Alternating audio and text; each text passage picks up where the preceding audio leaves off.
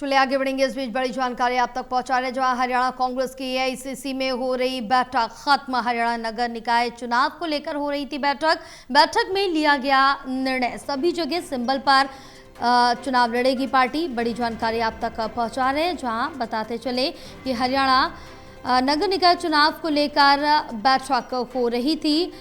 हरियाणा कांग्रेस की एआईसीसी को लेकर जो बैठक थी वो खत्म हो गई है। हरियाणा नगर निकाय चुनाव को लेकर बैठक हो रही थी ये। इसके साथ ही बैठक में निर्णय लिया गया, सभी जगह सिंबल पर पार्टी चुनाव लड़ेगी। फिलहाल चलिए और जानकारी लेते हैं। हमारे साथ हमारे सहयोगी ललित नारायण कांडपाल जुड़े हुए हैं। ललित, क्या कुछ अपडेट मिल पा रही है? हरियाणा नगर निकाय चुनाव को लेकर बैठकों का दौर शुरू हो गया है और कांग्रेस की एआईसीसी में जो बैठक चल रही थी वो अब खत्म हो गई है। तो ये जानकारी निकलकर सामने आई है कि जो 3 नगर निगम हैं उनमें जो चुनाव पार्टी लड़ेगी वो सिंबल के आधार पर लड़ेगी और उम्मीदवारों के चयन को लेकर भी जल्द ही पार्टी काम शुरू करेगी और नाम जो है वो लिए जाएंगे।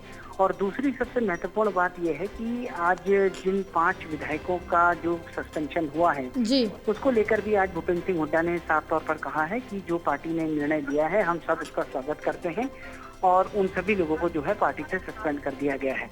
जी बिल्कुल, क्योंकि अब जिस तरह से देखें कि पार्टी बैठक में ये फैसला तो लिया गया कि सभी जगह सिंबल पर पार्टी चुनाव लड़ेगी। इससे पहले भी अगर जिक्र करें तो पार्टी सिंबल का ही हुड्डा की तरफ से ऐलान किया गया था कि पार्टी सिंबल पर ही चुनाव लड़ा जाएगा, लेकिन उसके बाद भी चुनाव प्रचार प्रसार में जो हीलावाली थी, जो ढील थी, वो साफ तौर से देखने को मिली थी और पार्टी को इसका नुकसान भी भुगतना पड़ा था। लेकिन क्या इस बार भी ऐसा कुछ देखने को मिल सकता है?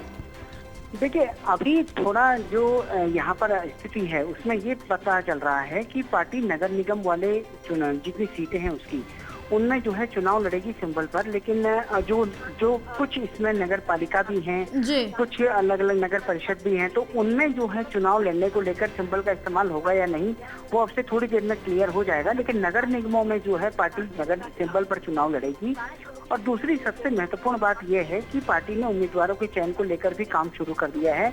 जल्द ही जो है उम्मीदवारों के चयन को लेकर भी पैनल बनाए जाएंगे और उनके उम्मीदवारों के नाम मांगे जाएंगे और जल्द ही इस पूरे मामले को लेकर जो है बैठक भी होगी और उसके बाद फिर कुछ दिनों के बाद जो है उम्मीदवारों के नाम फाइनल कर दिए जाएंगे। अब बिल्कुल है, लेकिन जिस तरह से देखिए कि दोनों ही दलों में अगर बात कांग्रेस या बीजेपी की करे तो जिताऊ उम्मीदवारों की तलाश शुरू कर दी है। कांग्रेस के लिए कितना ज्यादा यहाँ पर मुश्किल हो सकता है, क्योंकि कांग्रेस के अंदर इस समय जो अंतः कलह की स्थिति वो भी देखने को मिल रही है, संगठन में भी जो वो मजबूती होनी चाहिए थी वो साफ तौर से नजर नहीं आ रही, तो कांग्रेस के लिए कितना टफ हो सकता है?